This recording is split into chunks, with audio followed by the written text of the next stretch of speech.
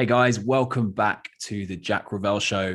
So today I have actually one of my favorite hit listers on the show. For those of you that know me well, I wrote a list when I first started this podcast, and on that list was a few people I'd love to get on. And today I have the wonderful Adam Ashton from the one half of the infamous What You Will Learn podcast. And I'm super excited to have Adam on today to talk about everything and anything books. Adam, welcome to the show. Thanks so much, Jack. I was telling you before I binged a couple of these episodes. I think I'm at least the third book guy you've got on. You had a couple of book guys in the past, so I've got something to live up to. Big absolutely. Well, look, it's a passion of mine reading, but it's funny because it's only been a passion of mine in the last kind of, I reckon, 5 years. And it's funny how when you suddenly find something you love to do, you suddenly find all the time in the world to do it. And I find it really fascinating kind of talking to different people about books because it's such an interesting and opinionated topic. I find that I love the fact that you have a very different opinion to Jonesy, the other half of your podcast, because every time I get your emails or I listen to your show, you've always got corresponding different opinions. And so I've got to ask, what made you start a podcast when you both had sort of quite different opinions on most of the books you read? I think we started quite similar and we diverged over time. And then we sort of come back towards each other and then gone apart at different times. We definitely valued different things in books. We've definitely got different tastes and both of us, I guess, have evolved over time in terms of our own specific keen areas of interest. But I think that's just, it's been good. Rather, it hasn't been a challenge that we've been both different. It's been good that we've been both different because we've been able to bring in more different perspectives, more different topics, more different ideas. And as you say, one of us will give it a 1 and someone will give it an 8. And then we got to duke it out to try to see who wins. Love it. Any Duke reference like that. Which, so how do you choose which book to read next? Is it just sort of like a flip a coin? You choose one, I choose the next? It's definitely evolved over time. At first, we definitely had the same list. I think there's always the same list of there's the obvious books that everyone's sort of got to read type of thing. Once we sort of got to the end of that list, there was a bit of wrestling to try to work out which ones we're going to do and which way we're going to skew more towards history or philosophy or science, or do we stick with the career and business stuff? And then we just got to the point where there was too much tension. So okay, for the next half of the year, I'm going to pick 10, you're going to pick 10. And let's just do it that way. So that was that's where we landed in the end. And now it sort of developed where we're like, okay, well, we'll do 10 each, but you got to sort of cover, a little bit of each different ground. It can't just be 10. I can't just pick 10 philosophy books and he picks 10 science and history books. We got to sort of make sure we cover all the different bases within our 10. Yeah, makes sense. It makes sense. I suppose it's one thing that is quite hard to do is read outside of your field, because even though, it's easy to kind of pick up a book that you love, you actually get more out of a book if you don't know the subject and don't know the topic conversation. So is there any subject that you haven't read yet that you think there needs to be a book on? Interesting question. A subject we haven't read a book on that there should be a book on. Well, I think it starts out that, as I said, there's sort of the basics that you got to cover. You got to cover a little bit of habits. You got to cover a little bit of personal development. You got to cover a little bit of business, a little bit of career. But it's sort of by the time you've read the 5th or 6th habit book, you said it was sort of hard to read outside your area, but it gets easier, I reckon, because once you sort of read all these different habit books or time hack productivity types of books, they get to a point of, diminishing returns where you're looking for new stuff. The thing that I think I'm sort of keen to read more in is, I guess what it's sort of almost going more narrow into specific stuff. So I read a lot of marketing, read a lot of psychology. My favorite books for a big period of time, there was the intersection, I guess, of marketing and psychology. So I'm sort of keen to probably dive deeper into that. I love that. Absolutely love that subject as well. The how our brain works, especially in consumer psychology, I find that absolutely fascinating. There is a book I haven't actually read yet, but it's on my shelf. I do that classic thing where I hear either a decent podcast or a review or something, and I'm like, oh, I must get the book. And then it sits on my shelf for 6 months before I even look at it. But it's called Blindsided. And it's about how companies literally use psychology to make sure that we buy a product. And, Apple and, all the big brands, Nike, they're all, really, really known for putting something out there that you, if it didn't have the marketing behind it, you probably wouldn't buy it. And that's what I find so fascinating about this subject. So what would you say of what you've done? 300 episodes, right? On your congratulations. That's amazing. We've done at least 300. Well, I think we've done probably 320, but we deleted some of the duds. But fair enough. So I think we've got back to 300 now. It's a pretty good hit rate. What's that, like 10% loss? Yeah. It's like tiling a bathroom. You've got to add 10% for wastage. Correct. But in terms of the 300 episodes, what have you learnt in those 300 episodes? Interesting. Well, it's pretty hard to boil it down to one lesson. That's for sure. With probably, of those 300 episodes, we've done probably 250 books plus interviews with 50 or 60 of the world's international best-selling authors. Plus, as I mentioned, there's probably 20 or 30 that never made it. And on top of the 250 books we've read that are on the podcast, we've probably at least read another 100 each that we'd read and we're like, not that good, doesn't deserve a spot. So there's probably like 350 plus books that have contributed, and they all teach you a whole bunch of different stuff. As I said, we read pretty widely, a bit of self-help, personal development, a bit of career, bit of business, bit of marketing, bit of personal finance, bit of history, philosophy, science, spirituality, bit of everything. I guess that's a roundabout way of saying like we've learned a lot of stuff. Like we've learned a lot of shit. We've done like over the time we've done like when we hit 100 books we did like our top 10 lessons. When we hit 200 books we did like our next best 3 lessons of the next 100 books. And then now the book we've just written called The Shit They Never Taught You, where we've taken like 115 books, grouped them into 32 different lessons across 9 different themes or topics. So I guess like the long-winded way of saying what have we learned, I guess it's probably those 680 pages that we just wrote. Love that. So tell us a bit more about this book. So The Shit They Didn't Teach You, it's an amalgamation of all the stuff that you've read that you've taken value from in a bite-sized, easy way to understand for other people to take value from. Is that right? Yeah, definitely. What we learned early on was like, if you listen to early episodes, it was sort of like us telling people what we learned from the books. Yeah. So it was like, we read this part. This was the best quote. Here was the cool lesson that we learned. And we're sort of just like giving people like the answers type of thing. And we were like, oh, books are great, but then there's all this fluff. There's these crap stories and all these studies and all this stuff that like, it's just like filling up space. We just want to get to the lesson, which is what we were trying to do. But then what we realized was like, well, actually, you actually need like the story elements, the personal perspectives, the scientific studies, or the anecdotes from Joe who works at the cafe. Like you need all these different stories to make the lesson stick. So rather than just like whacking people with the lesson and the summarized version, we're trying to like think, okay, what's the best way to tell a story or like build the lesson so that we're not just telling people the answers, we're like bringing them along their own learning journey to get to the answer type of thing. So that's been a constantly ever developing process that I think we're getting close to now, but we'll never get to the perfect level, but I think we're getting pretty good now. So I'm sure, have you read Will Storr's The Science of Storytelling? No, but I heard on one of your podcast episodes that a strong recommendation for it, and I just bought it today. Good stuff. Yeah. So it's one of those books where it does what it says on the tin. It's the science of storytelling. It kind of like talks about the different archetypes of how stories are read, and before we launched the show today, we're talking about Harry Potter and kind of Lord of the Rings and how those trilogies are structured and why they're so popular.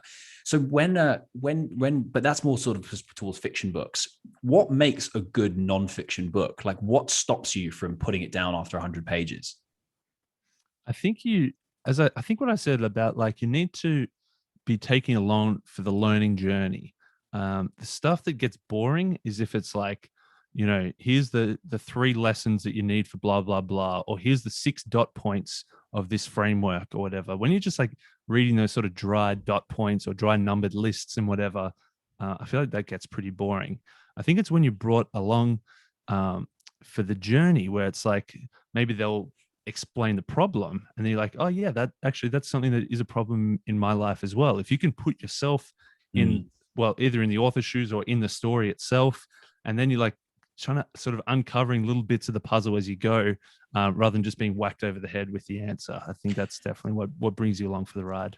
I think you're right. I think there's the book that comes to mind that kind of does that really well is Daniel Kahneman's Thinking Fast and Slow, because that is a heavy book, right? For somebody that's kind of, massively, it integrates everything from, economics through to maths, politics, everything in between. And it's just fascinating book. But he also writes it in a way that brings it down to the sort of ground level. It's not sort of talking about globalization and kind of like global markets and stuff, but it is in the sort of grand scheme of things, but it does relate it back to, if Billy had this and Sally had that, how much would, Mark be left with type situations, which is great because, I'm not a well-read kind of, unified kind of guy who knows how to dissect this stuff in a way that actually makes sense. So no wonder it won, so many awards and so many prizes. But I think that, I completely agree with you. When a story or a nonfiction book tells you information, but relates it to a real life situations,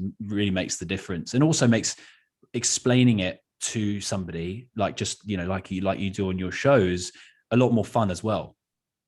Definitely. I think even to one up that, obviously that's a massive book, super, super popular, enormous amount of content in there, enormous amount of like groundbreaking lessons. I think one even better is Predictably Irrational by Dan Ariely.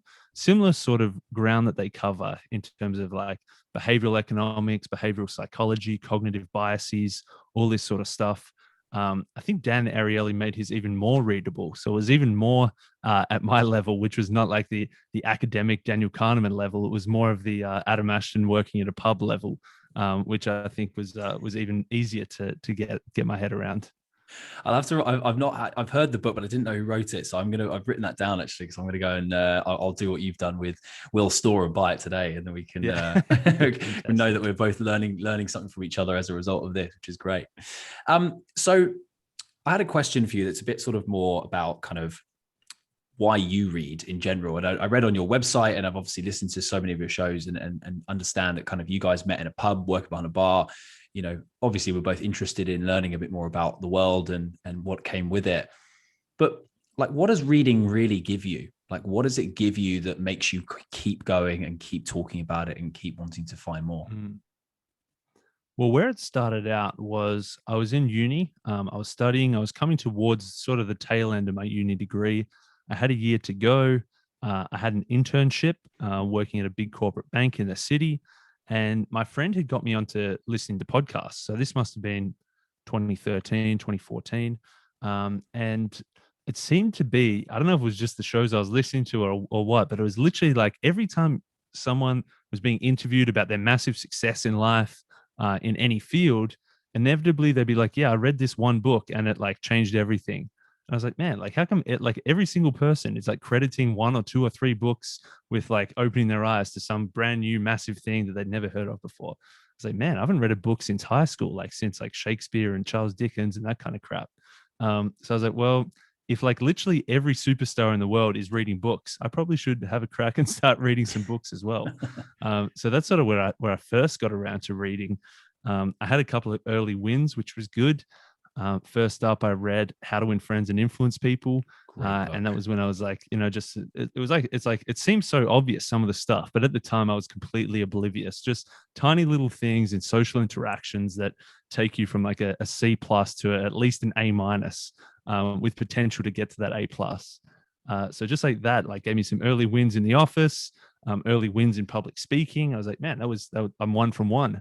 I read Crush It by Gary Vaynerchuk. And that's when my eyes were sort of open to like, just like, it's not just, you pick a corporate career and you stick to it for 60 years and then you retire. Like there's other things you can try and do as well. So my eyes were sort of open to business opportunities and, follow your passion type of stuff, which was good at first. There's obviously downsides to that, but maybe that's something we can talk about later. But I started a business. I started making money. I was like, oh, this is pretty cool as well. So I was 2 from 2. I read The Game by Neil Strauss. Classic. Well, Classic. Man, I thought I read The Game, but I bought the wrong one. I bought The Rules of the Game. I didn't realize it was a different book. Isn't it? That's the one you read after once you've gotten the story. Yeah, exactly. I get that. Exactly. So I got the wrong one, but it was like this 30-day self-improvement. Day 2, go and get your hair cut. Day 4, go to the shops and buy some new clothes. It was that type of thing. So I missed out on all the pickup artist stuff.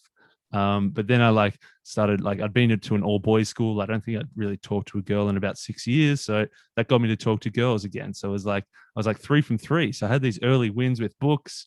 And that's why I was like, man, there's all these things out there that it's just simple stuff. It took me $20 to buy the book and 8 to 10 hours to read it. And then I can go and try something in the real world and it works. And then, I'm on a completely different path. So basically I think that's the high I've been chasing for the last 5 or 6 years through reading books. Amazing. And so when did that streak run out? Where did you get to? 8 from 8, 10 from 10, 12 from 12? I think pretty much every book's got something in it. So I'll say 350 from 350. Well, almost. There's a few duds. Yeah. In fact, there's plenty of duds out there. But I think every book, there's something in there worth reading. There's, of course, books where if you've heard it before, it probably isn't as impactful if they were this massive TED Talk that blew up and got millions of views, and then a publisher gave them money and they turned this really awesome one idea into 300 pages of crap just to fill the pages. Or they got an Oprah and the publisher's like, oh, well, you must be someone cool, we'll give you some money to write a book. And it doesn't seem to be so good. So there's definitely plenty of crap out there, but I think all in all, that investment, for $20 in 8 hours, it's worth it. Absolutely. I completely agree with you. What I wanted to ask you before we go into this is what's your reading habit? How do you consistently keep up with it? I mean, obviously the podcast is something that keeps you accountable, but it just generally from when you first started reading before you even started doing the show, what keeps you reading and how do you do it?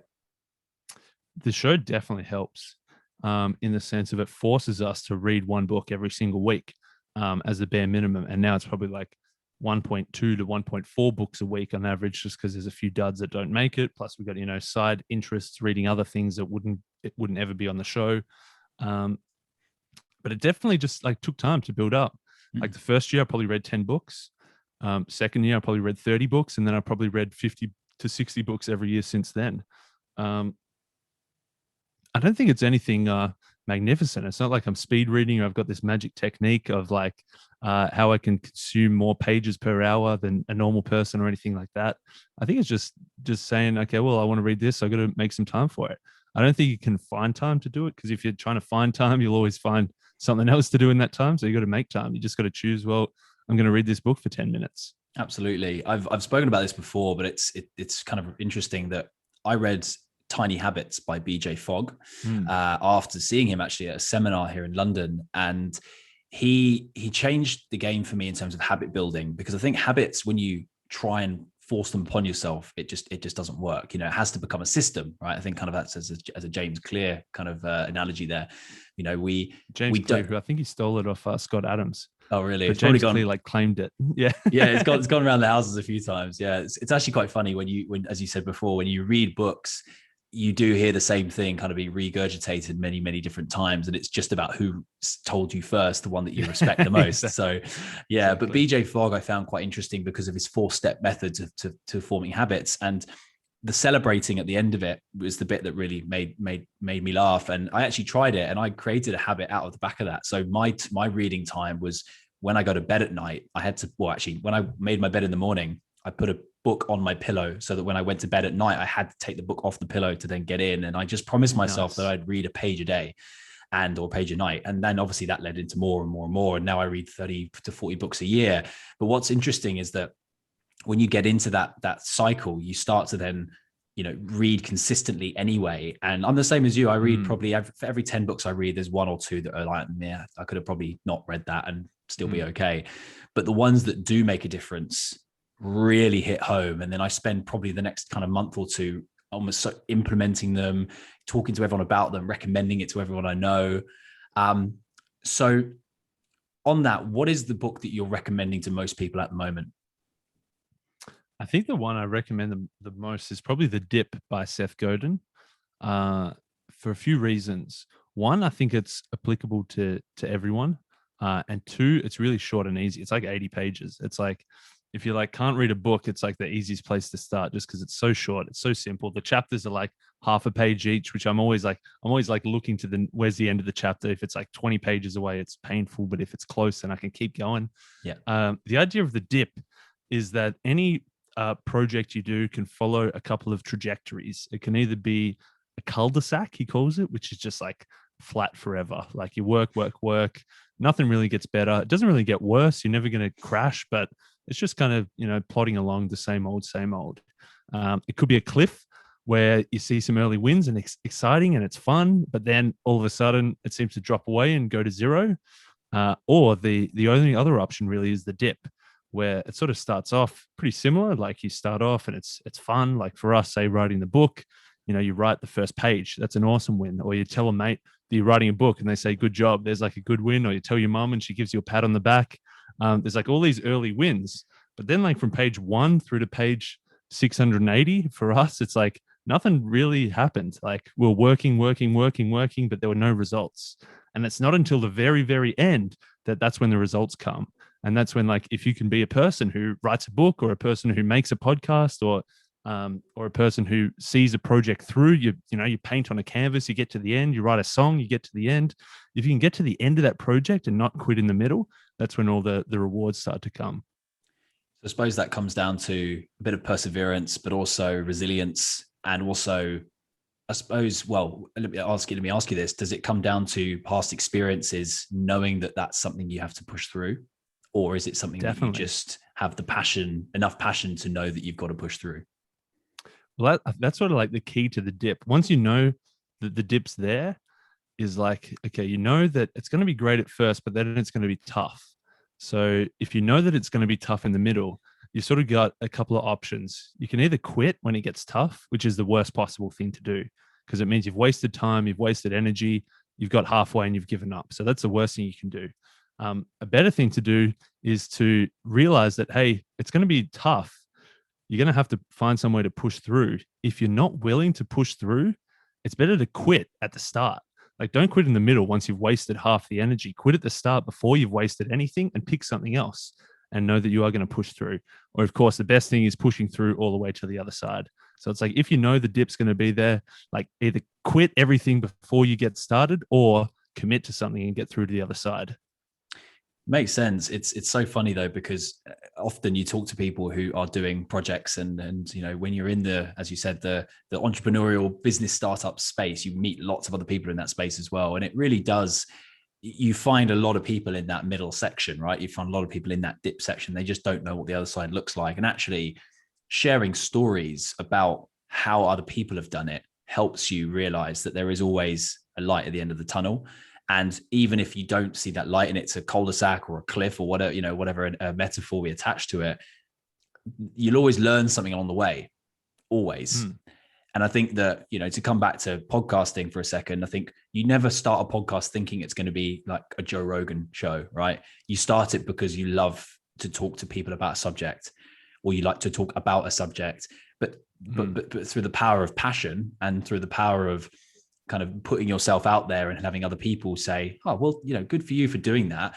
It builds momentum and builds kind of that trust, and that part of it keeps you going and ensures that you don't stop. Because as you said, what's the point of doing 30, 50, 100, 300 episodes if you're then just going to stop one day?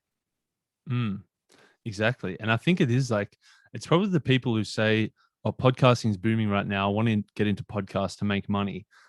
If that's your goal is to make money, and then you get to episode 6 and you haven't made any money, and you've bought a $100 mic and you've wasted all this time and money, and you're actually negative, and you're like, well, podcasting, you can't make money, I'm gonna give up. If, as you say, you pick some other reason, like as you say, you're really interested in the topic, you want to talk about it, you want to be the type of person who gets to 300, 500,000 episodes of a podcast, if you want to practice your public speaking, if you want to get better at talking, better at listening, better at learning. Like for us, it was like reading books and learning new stuff. Like if you've got all these other personal benefits that you're going to get out from just doing the podcast, then that's the type of person who's going to keep going. If you're looking for the external rewards of, 100 social media likes and $100 sponsorship, and you don't get that on the first episode, then you're probably going to give up. Yeah, I completely agree with you. And there's been plenty of people who I've seen try that and actually have that same mentality towards it. And it just comes down to that whole like Simon Sinek thing, start with why. Like, why are you doing this? There's plenty of other ways to make money in the world, but there's not plenty of other ways that you can share conversations with interesting humans in the world. So, look at the best possible way. And I suppose there must be a mental model for that, but I suppose it's like first principles, isn't it? Like what is the thing that's the most important, and how are we going to get this out in the most effective way possible to ensure that we get the news and get the information out to our guests and listeners. And it's interesting. I do love it. So I want to know, how much time do you give a book before you put it down? Before you go, nah, this is not worth it. It's a dud. It kind of depends. If it's one of Jonesy's books that he's picked it and it's one of his 10 books, I'm trapped. I gotta see it through. Or at the very least, I gotta say, okay, Jonesy, there's 15 chapters here. I'm really not enjoying it. Just tell me the 3 or 4 that I need to read that we're going to talk about. That's sometimes what happens.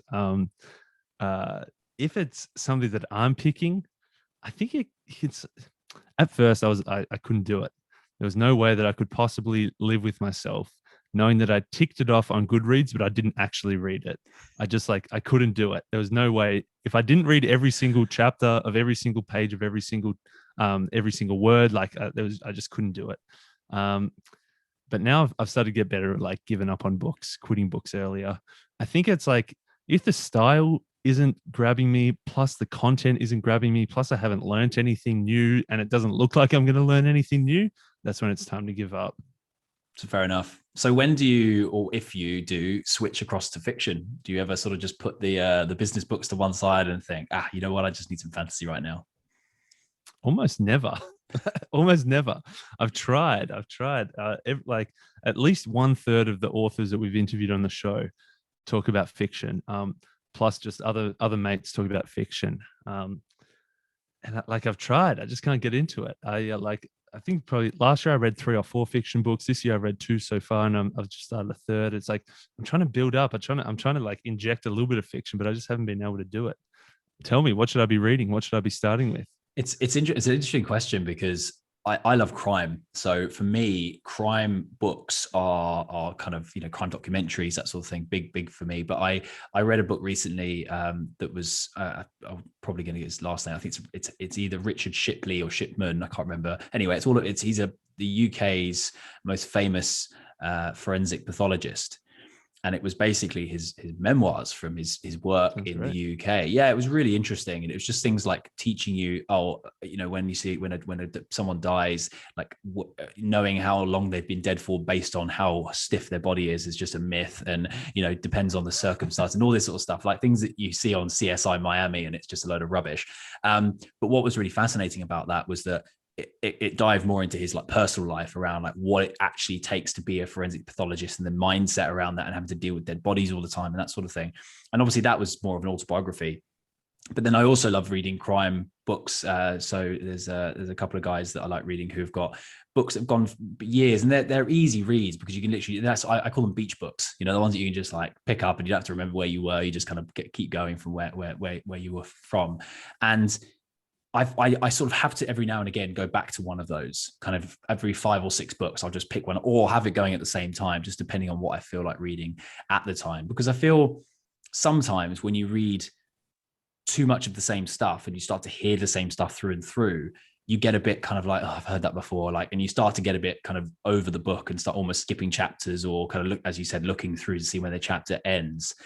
So yeah, I was interested to know that when you find a book you don't like, you give it a good go, but ultimately it gets chucked. Of the book you've written, the one with all of the dissecting all the books you've read up to date, I've got to ask, what's the worst book you've ever read?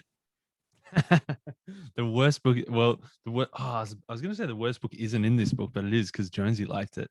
The worst book I've ever read. Now, I have to preface it by saying, look, the book's fine, I just felt the advice was dangerous in it. And I say the advice was dangerous in it because I just know I'm lucky that I got it. I read it this year. If I had have read it 6 years ago, I think I'd be in a massive hole right now, because I would have taken it and been like, "Oh, this is awesome. I'm gonna apply this." The book is One Up on Wall Street, and it's about saying, look, if you like feel like you know something big's coming around the corner, then like you can invest in the company and make more money than the pros.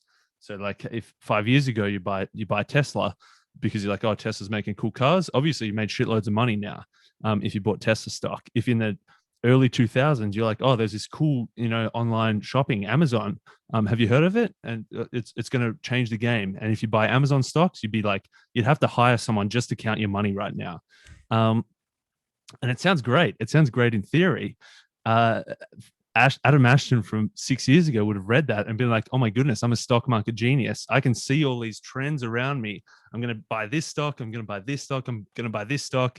And I'll be kicking my feet up. And at 23, I'm going to be a multi-billionaire just from my stock investments. And I think I would have been in a massive hole.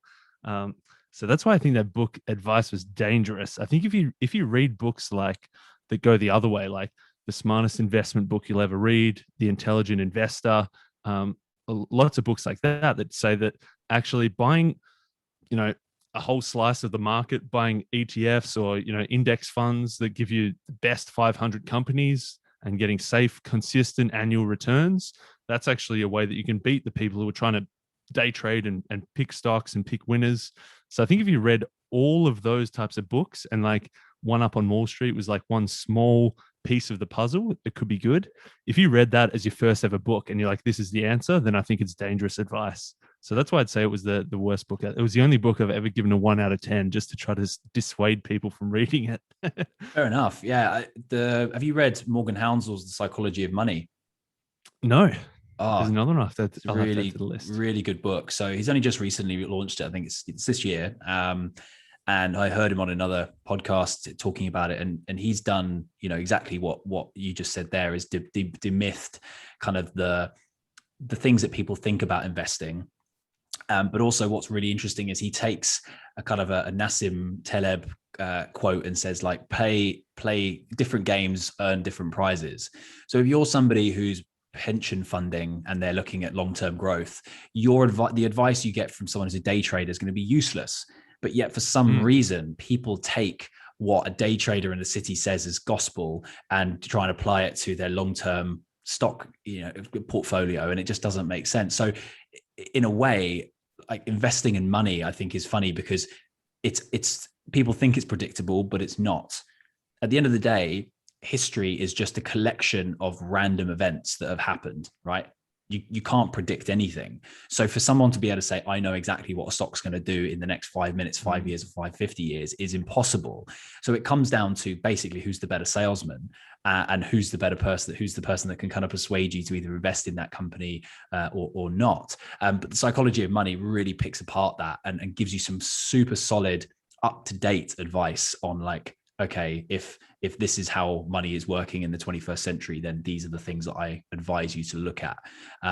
So yeah, I'd definitely recommend you. I think you both will enjoy it. That's a good one to add to the mix. Absolutely, yeah. I found quite a few books last year and this year that I've really kind of dived into. One that I absolutely love mentioning is Essentialism by Greg McKeown, which for me was a really good book to kind of just give you a whole new outlook on life. It gives you just a whole framework that you can start living by, and that the whole pursuit of less but better. It just for me, it sounds like a Dyson advert. It's just something that you just want because it's something that is people are not doing enough of, and especially now, what with work from home being so much more normal, and that people are wanting to learn more and be more. And even though the pandemic has stopped us from doing lots of things, it's actually allowed us to do more because of the fact people have adopted online, working so much more. I think that if you'd asked me 2 years ago, would you be up for interviewing someone on your podcast on the other side of the world via Zoom, I probably think, wouldn't it be just better to do it in face to face? But now this is just how it works. So the question I'm coming on to is what books do you think have really shaped you as a person to date that have almost like changed your complete opinion on the way that you live your life? Definitely some philosophy books that were real eye openers for me. I don't want to say Stoicism because I feel like it's almost getting too popular. But definitely a lot of the Stoic philosophies, like the more recent ones, like Ryan Holiday, "Obstacle is the way, ego is the enemy." But then also some of the more ancient ones, like Marcus Aurelius' Meditations or Epictetus's Enchiridion.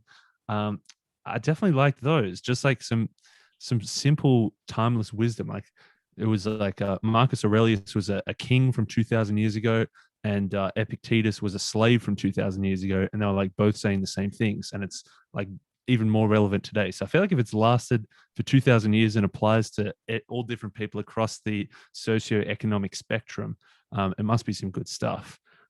Just some simple things that I took from that is just like there's generally in the world there's like things that either are within your control or outside of your control. Really, like you can control them or you can't control them.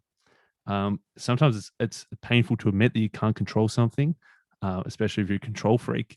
But sometimes there's just stuff you can't control. If you can't control it, you need to try to worry about it as little as possible because objective events are going to happen, and you can't change it. You can't influence it.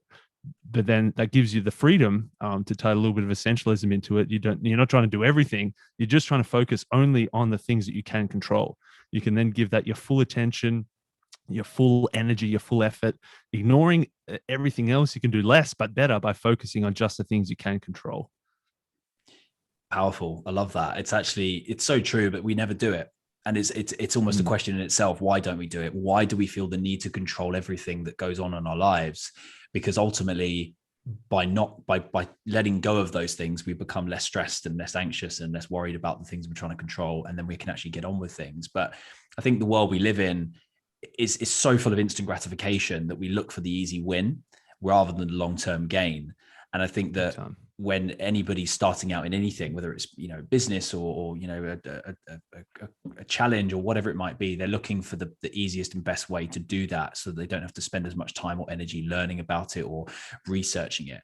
So, with that in mind, is there any subject that we've mentioned already about the psychology and kind of marketing side of things, but is there anything that you still think like, I still don't know that well enough to be able to talk about it, and therefore would like to read even deeper into it?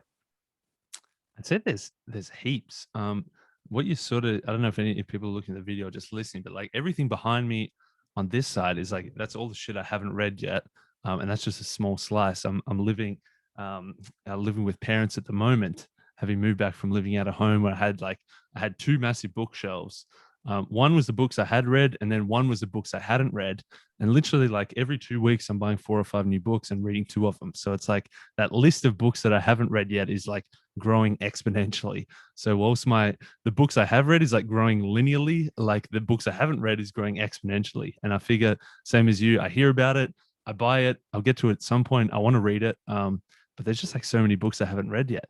And it's one of the ideas from Nassim Taleb. I think it's in The Black Swan, I'm pretty sure. He talks about this Umberto Eco. He talks about the anti-library, like, having a library of books as almost like trophies on the wall of all the things you've read, and this like a visual representation of how much knowledge you have is kind of a bad thing, because you just get overconfident. You need to have like the anti-library, which is, again, all those books that you haven't yet read, all the things that you don't know, like as the quote that I'll probably butcher, as your island of knowledge grows, so too does the shoreline of your ignorance. So like the more you know, the more you realize that you don't know so much more stuff. So you got to like, there's like every time you learn something new, it teaches you other things that you still need to learn. And it's so true, because your ego starts to get bigger with the amount of knowledge you think you're learning, and therefore then you think that you know more, but actually you don't, because you're then aware of more things that you don't know. It's this kind of, exactly. in a way, if you take it back to really simplistic form, and just say, remember, instead of learning about the fact that you only know 1% of what the world has to offer, by reading, you're opening up your mind to bigger things. So it's a paradox of like, you're learning about more, but therefore then the more learning becomes almost overpowering, and you then have to even dive even deeper into it. And so, it's like the Dunning-Kruger effect. No, it's like where you like, it's like where you it's like the people who know the least think they know the most. It's like when you like know 5% about a subject, you're like the amount you think you know spikes enormously. Like if you just hear a little bit about something, you think that, oh yeah, I get it now. Like if you just learn like the first 3 to 5% about cryptocurrency, you're like, oh yeah, I get it, I've grasped it. But then if you learn like 30% about cryptocurrency, like your perceived knowledge then drops off significantly. So it's not until you like come out the other side. It's almost like the dip on steroids. It's like when you come out the other side and you're actually an expert and you realize that you know everything. But if you only know like half the stuff, you realize there's so much that you don't know, compared to the person who doesn't know what they don't know and they think they're a genius. But then to add to that, it's also where if somebody knows a lot about a subject, they then have the ability to be more wise about what they decide to take from that knowledge they have. So if somebody's got 5%, that's all they've got. So they use that and they quote that, and that's what they base their knowledge on. Whereas if you've got 30% of something, you have the choice to be able to say, I know what parts of that 30% actually make sense, and then allow you to actually become somebody who, if let's say we're talking about cryptocurrency and we both only know 5%, we're probably going to be able to be telling each other what we know. Whereas if I know more than you, I can then choose what to talk to you about based on what you already know. Whereas if you knew as much as me, the conversation would go so deep because we'd go even further into it than what we already know. Yeah, it's a fascinating topic, because then how far do you go? Like when do you stop learning everything about a subject? Like is there a line? Is there a bright line between like philosophy, psychology, politics, economics, and maths? Like where does it all joins together? I'm sure, but there are definitely blurry lines between when one crosses over to the other. Yeah, definitely. Well, I think if you get to the point where you think you know everything, that's when you're cooked. That's when you're like, that's it. You may as well throw in the towel now. If you think that you know everything and you can't possibly learn anything new, that's when you're done, I reckon. It's like the Zen, the Zen master, who, he was teaching a new student who said he knew everything. So the Zen master came over and poured him a cup of tea, and he kept pouring it, and the tea filled up and eventually got to the point where it overflowed. And then the Zen master kept pouring the tea, and the student's like, what the hell are you doing? He's like, well, yeah, your mind is like this teacup. If it's full, nothing new can get in there. If you think you know everything, you can't possibly learn more. You need to first like empty your mind and admit that a little bit of ignorance and humility before you can learn something new. I love that story. That's really clever. Really clever. I wish I could say I made it up, but it's definitely it's one of those ones that is in like 5% of books that just everyone claims it and puts their own spin on it. I like that. It's probably where well. there's a quote that I do a lot of endurance sports, and there's a quote that it's from a guy called Ben Bergeron, who's a CrossFit Games kind of legend, and he talks about how you can't serve from a cup that. Sorry, you can only serve from the overflow of your cup, not the cup itself. So you need to basically be a full human. You need to be fit for service before you can serve others. And so it kind of counteracts that a little bit, but it's interesting because you need to kind of be at the point where you know enough about something and be fit enough to share and complete that thing before you even can help others in the same respect. So, but then also the flip side, if you don't know about something, the wonderful thing about the world we live in today is that we can ask anything to anyone so quickly. I think, I've been through quite a lot of business accelerators and business courses over the last couple of years. And one thing that always comes out as a standalone comment is that if you don't know something, ask. But so many people don't ask. People don't actually take the time to just ask the what they think is the dumb question. But you got to remember that everybody is coming from where they are, not where you are.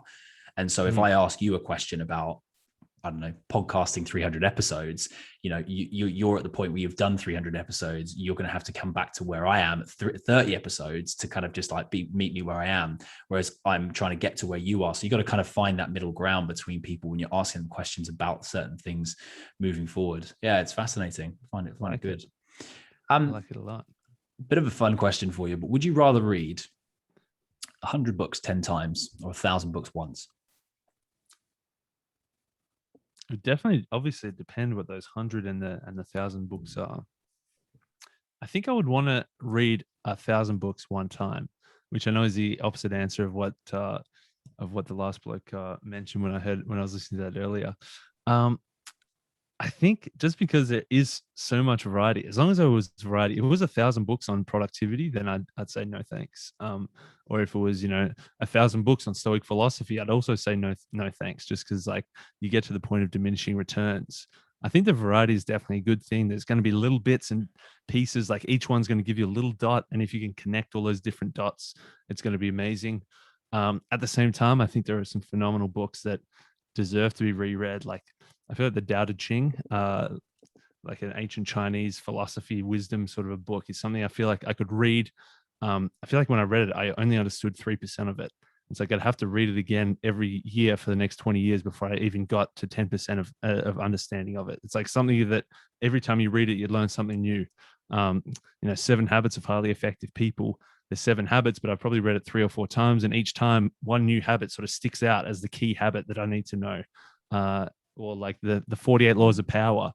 As you progress through, like I read it when I was a graduate, and then I read it as I was like 2 or 3 years into my career, and then I read it again as I'd like progressed to sort of somewhat not really managerial, but I had some people reporting to me. So it's like from each different perspective, like different laws and different stories stood out. So there's definitely benefits of rereading. I think I want the variety though early on. Actually, no, there's a book we just read called Algorithms to Live By, and it was about maths and computer science, and how they take like the fundamentals of computer science and apply it to the real world. And one of the things that they talked about was the explore/exploit problem. Like, when do you explore to gather new information versus when do you exploit and make the most of the information you've already got? A very nerdy way of like saying, maybe the real world example is, it's Friday night. Do you want to get takeout, or do you want to go out to a restaurant? Do you want to get, your favorite Thai joint, or do you want to try the new pizza joint that opened up down the road? Do you want to rent a new movie, or do you want to watch one of your old favorites? So it's like, do you explore and try something new, or do you exploit and like stick with the tried and true, the favorite, something is going to work? So I think that your question is a bit of an explore/exploit problem. Do you explore and try 1,000 books once, or do you exploit and take those top books and read them over and over? There was a lot of maths and science behind it, but the answer to, I guess, this explore/exploit problem was, it depends how long the span of time is. Like if you're at the start, you should be exploring a lot. If you're coming towards the end, you should be exploiting. So like if you've just moved out to a new city, then explore, try everything, try all the different things. But if you're moving back home, having lived somewhere else, that's time to exploit. That's time to get the same pizza 4 times in a row because you can't get it again. So I think, like for me, I probably see myself more towards the start, where I want to keep exploring, read those 1,000 books. I'm sure if you asked me when I was 70 years old, I don't want to be cashing in on the best books and making the most of that wisdom. Yeah, it's a really good way of explaining it. I really like that. The Lindy effect, which is the one that we touched on earlier about how a book stands the test of time. So, the Napoleon Hills, the Dale Carnegies, that's those sorts of books that just will always be good bestsellers because they're just classic books. When it comes to books that are always on your shelf, which ones do you find yourself going back to again and again and again that kind of always give you value regardless of when you read it? Yeah, I think it probably is some of those, like the 7 Habits, the 48 Laws of Power, definitely. The Tao Te Ching, definitely. Meditations, definitely. Even the Effective Executive is sort of like a bit of an old school management productivity book, which is like 50 years old. Some of it like is talking about like secretaries and office workers and like things that aren't super relevant anymore. But there's definitely some core principles in there that are great. Pretty much anything that's old, I guess, is normally pretty good. If it's like still around today, then it's probably worth reading over and over. Yeah, absolutely. It's kind of I had a conversation with someone about this, about like, why do people spend so much time on Instagram, Twitter, Facebook when they know that the conversation, the content they're putting out there is probably going to be disappeared within 15 minutes, let alone 15 hours. And yet a book, people don't take the time to read, even though it's been around for sometimes 50 years and it's been around for that long for a reason. And it's sort of like, why don't people spend more time actually learning from people that have researched, taken the time to write a book, to actually and people that have read it over and over again, rather than what people tend to do, which is spend hours and hours and hours on YouTube. A fact for you, only because I work in this space, but as of 2020, there was almost 100%, 96% of people, 96% uptake in more people watching video-based content online. And 9 out of 10 people bought a product or service as a result of seeing a video of it online. So that's gone up hugely in the last, obviously from the pandemic and stuff, but they also reckon because of this now, 86% of the world's online consumption, internet traffic, is going to be video based by 2022. So 86% of everything you watch online will be in video format. So photos, podcasts, however they manage that. It's super interesting to think like the people are, much more video based. So how do you think that stands the test of time for books? Because books are never going to change. You can't really, audiobooks are the next best thing, but do you think there'll be such a thing as a video book? I suppose it's a film, isn't it? Yeah, exactly. Well, it makes me think our podcast is audio only. We better start recording the video, I reckon. It seems like we better head that way. It's interesting because I sort of feel like I'm not a big YouTuber because I kind of feel like I can listen to podcasts, if I'm working, it's not too demanding. If I'm, walking, running, driving, at the gym, doing the dishes, walking the dog, there's all these times where you can listen to audio where you don't have to commit to watching the video. So for me, audio sort of slips in more often throughout the day. But I could understand that video, because it does require that extra commitment, that maybe then you would be, if you're more committed, then you probably are going to be more likely to take action and buy a product or a service. I think for books, I think there is probably, as you say, a video version is probably like a documentary. Have you ever checked out like Mentor Box and stuff? I haven't, but I know they're trying to claim the word like video book because like, there's audio books and they're sort of doing video books, which is like the authors presenting their book almost like I guess it's really just like it's almost like a TED talk. It's like a video version of like a lecture type of thing. I think I don't know. It sounds interesting. My answer is I don't know. Yeah. No, it was more of a query of a, less of a question, but I think you're right. The way the world's going, I find it fascinating that there are people thinking of new ideas. I mean, I'm not sure if you've managed to get on Clubhouse. I mean, I never got on it. Is it good? I feel like amazing. It's gone. I feel like I missed it. No, you definitely haven't. Still going strong? Okay. Well, to give you a bit of background, they've just launched, they're launching Android pretty soon. So it's just iOS at the moment, but it's been going since sort of just before Christmas. And it's an incredible app. I probably spend, I reckon, 8 to 10 hours a week on it. Wow. Which is incredible for an app I've just downloaded. But what's really cool about it is that it's raw, right? And so there's no hiding, unlike on other platforms, you can hide behind filters and algorithms and bots and whatever else. There's nothing like that. So you can literally go into a room, talk to some like-minded people. And there's been plenty of podcasts / books / kind of literature and philosophy type rooms that I've kind of popped into. And so it's a good place, A, to find guests if you've got a podcast. B, it's a good place to promote your podcast or your book if you've got one. And C, it's a really good way of actually getting to hear somebody before you pretend to, you tend to book them or you want to work with them. And what's really interesting is that I will speak to and hear people on Clubhouse who I'm like, this guy sounds awesome, like amazing. And then I'll check them out on any other platform socially. And they're like, they've got hardly any following. And it's this weird concept between, because you think that the world we live in today, if you've got to be following, you must be someone good, famous, or amazing. But actually, when it makes you realize that sometimes people's profiles can actually just be really a smokes and mirrors act for who they actually are. And when you hear them in real life, they're not actually as good as what they seem. So the reason I'm saying this, I think you guys would be great on Clubhouse. I think you'd bring in a really cool crowd of people just to, even if you just ran a room talking about your latest books and the ones that you've done, almost like an extension of your podcast. You may also get a new listenership, but also potentially some people coming in and wanting to work with you and either have you on theirs or have people giving you some new books, ideas to have on yours. I like it. Well, it makes sense, especially as blokes who have been doing a podcast every week for 5 years. It seems like a natural extension. I think we've got like, say, 180 to 200,000 downloads every month on the podcast, but only like 4,000 Instagram. So it's interesting how it hasn't translated that way. But Clubhouse is probably more a natural extension. Have you ever hosted a room? Yeah, I host rooms quite regularly. I do probably 3 a week.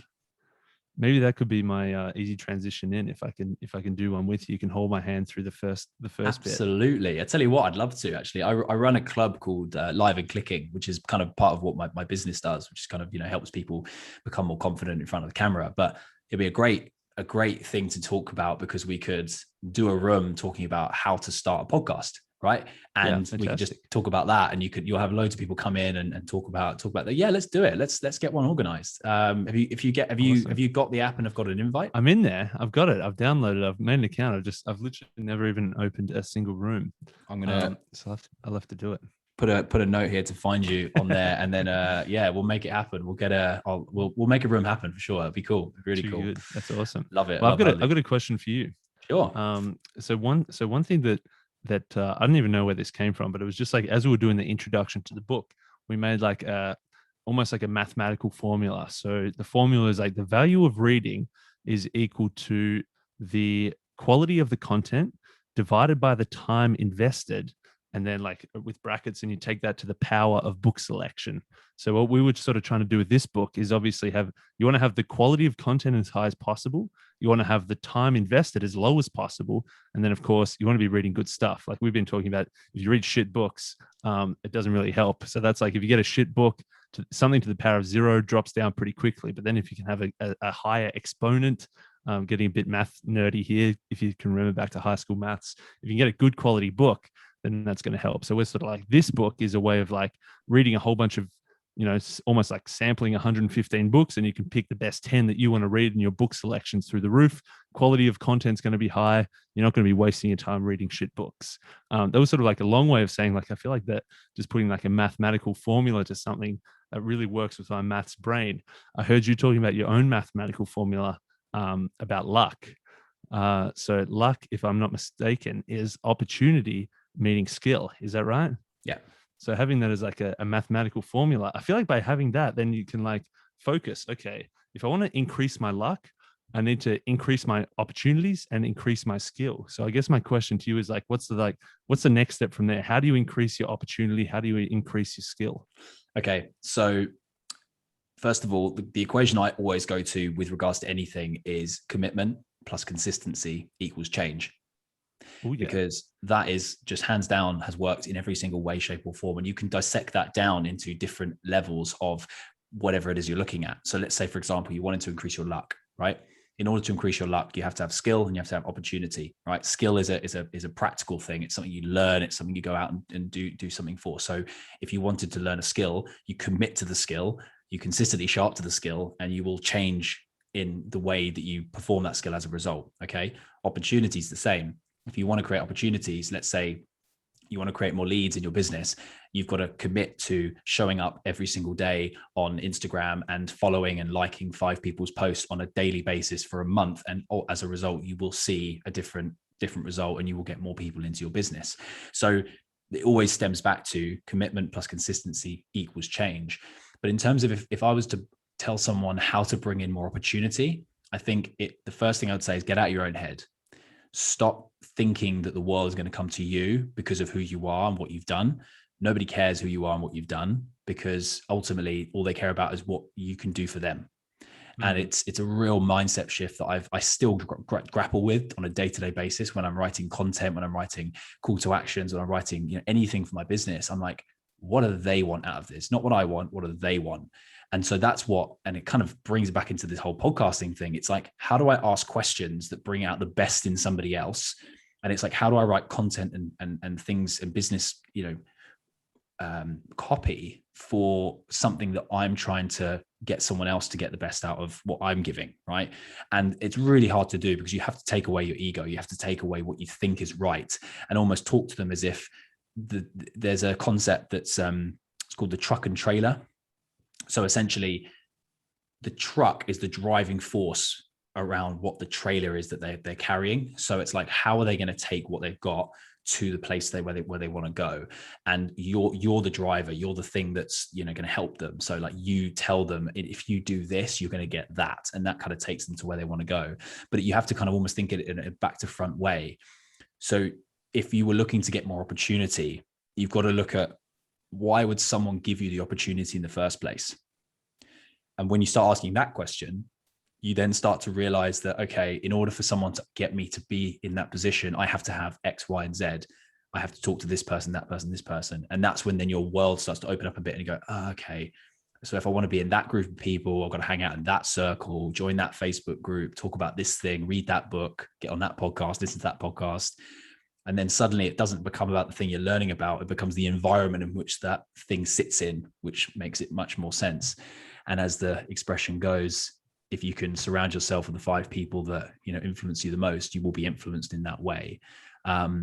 So yeah, but I like how you picked up on my what they call logical equations. I think quite logically when it comes to things. And it's like even with what I teach people, I teach confidence on camera, right? So one thing that I've learned over the years of being in front of a camera is that it's not about confidence at all. It's about preparation. So if I said to you, Adam, do you feel confident, I don't know, doing a clubhouse room on your own? What would you say? Not yet. No, not yet. Whereas if I asked you, do you feel prepared to do a clubhouse room on your own? What would you say? I'm sure I probably could. Yeah. Yeah. But it becomes a logical. I could do something. Yeah. I could do something.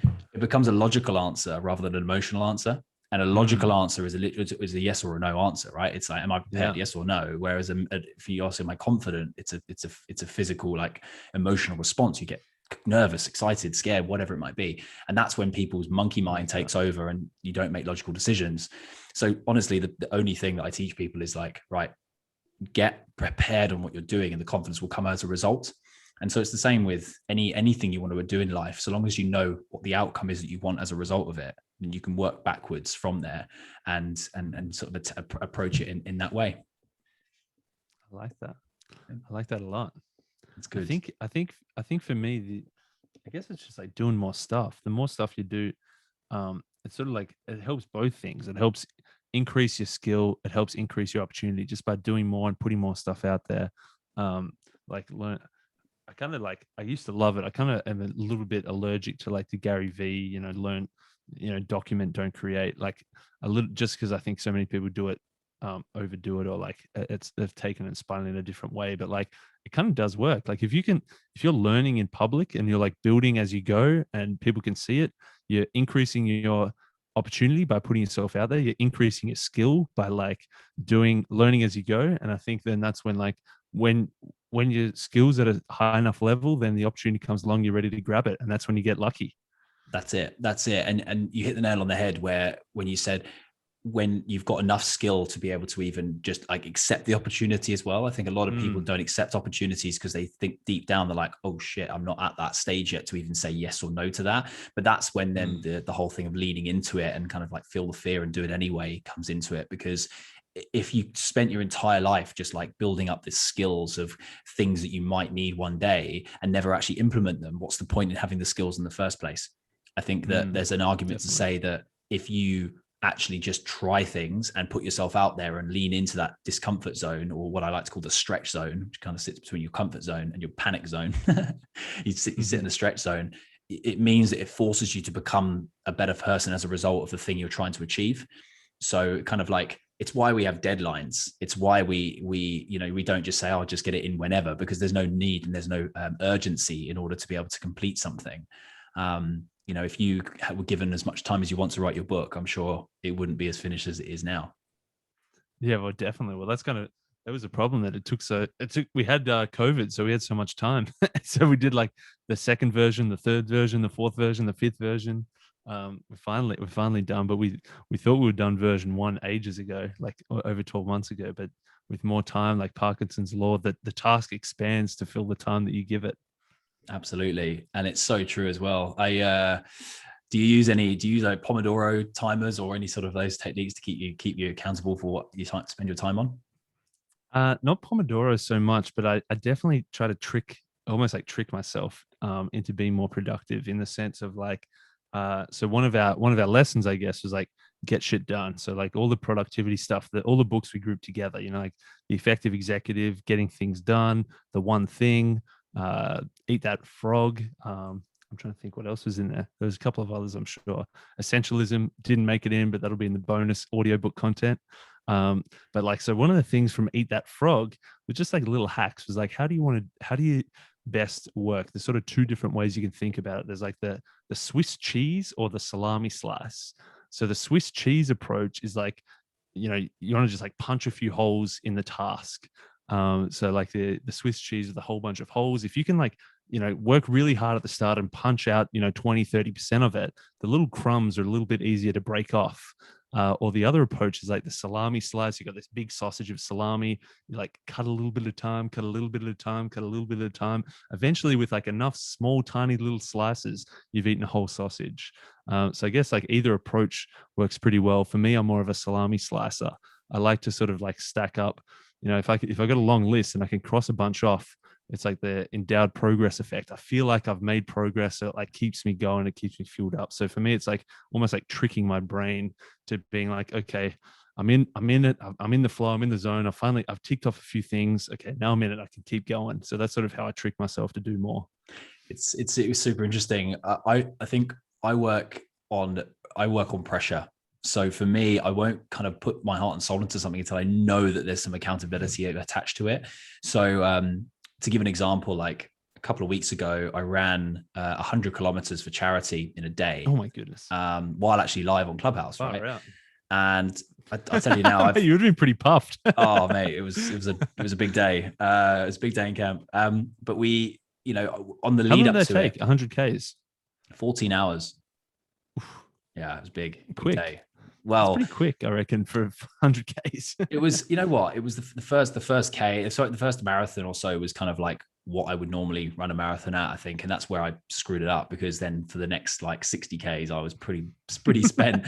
But what was interesting was that I had accountability in my ear the entire time, because I obviously had the Clubhouse room running at the same time, and there were so many moments where I was just like, I can't do this. I get, it was just way too far away to even think about completing it. But yeah, I had these people in my ear with the accountability side of things, and so like the pressure of like knowing that I was going to let so many more people down than actually letting myself down would have just kept me going. And actually since then, I've noticed that things I've done just on day-to-day basis, where like I'm having my bathroom done at the moment, and like I hadn't chosen tiles for like 3 weeks. And so then the day the builders came, I'm like, we need to know what tiles you like. I just made a decision, and it was the right decision, because it was just the pressure was there.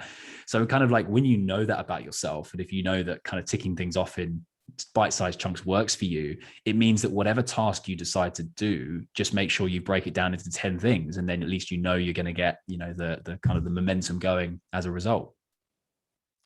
I love it. Have you read Jordan Peterson's new book, Beyond Order, 12 More Rules for Life? I haven't. Is it good? One of the rules was about pressure, just saying like, obviously, like you've got carbon, and carbon makes coal, but with enough pressure, it forms diamonds. So it's like, it's not a new concept, but he was just saying like about that, like giving yourself that pressure, like picking something, aim for it, and that gives you the pressure to, like, a lot of people don't aim. They just go through life. They're not intentional. They don't pick something.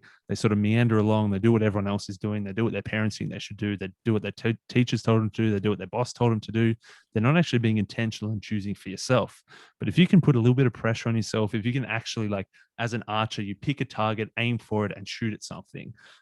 Even if you miss, that's better than not aiming at anything at all. If you miss, at least you've like learned, if I like move it a little bit this way, pull it back a little bit further, give that little bit more extra effort, then I'll get a little bit closer. And if you can get, 5% closer, even 1% closer each time, by just having the pressure of like picking something, aiming for it, and taking a few shots, you'll eventually get closer to hitting the target. I love that. That reminds me of the same analogy that Matthew McConaughey talks about in his Green Lights book. Have you heard the audiobook, or have you read it? I haven't. Oh, dude, do yourself.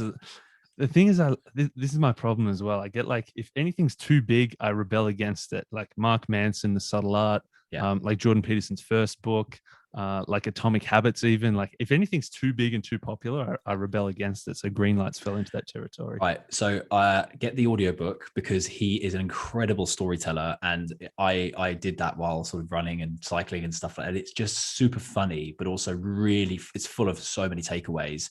So I definitely recommend it. But one thing he talks about in there is about how instead of trying to be the arrow, finding the target, right, and constantly missing and sort of wondering why you're missing, be the target and let the arrow hit you.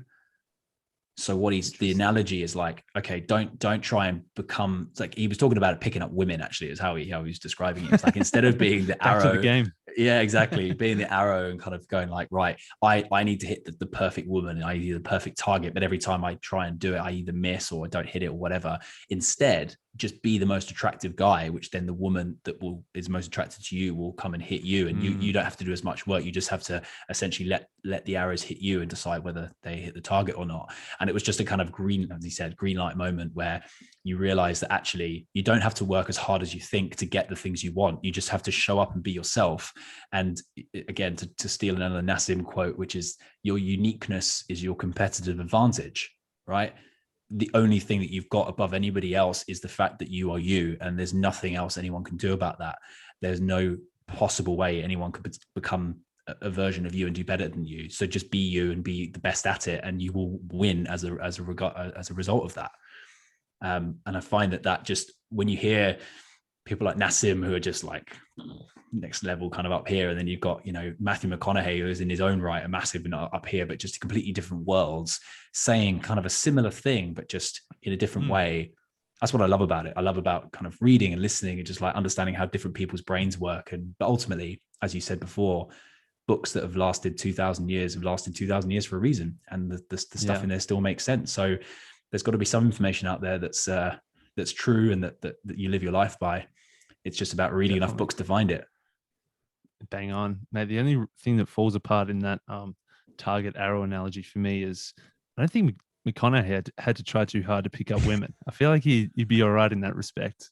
I feel like fair point. I feel like he can be the arrow. He can just let anyone come to him. He'd have plenty of people lining up. fair point. But then I suppose on a to counteract that, is he the way that we know him as obviously because that's the way he is. He could be actually a bit of a more egotistical, shy, like kind of whatever, but not the guy we know as Matthew McConaughey. We see him for what we know of him. He could be someone completely different if he chose a different direction. So yeah, I find that fascinating. Adam, this has been amazing. I've really, really enjoyed chatting to you, man. It's been awesome to kind of dissect different books and different things. And I am looking forward to potentially doing part 2 of this, maybe with Jonesy involved this time as well. Which would be good. It.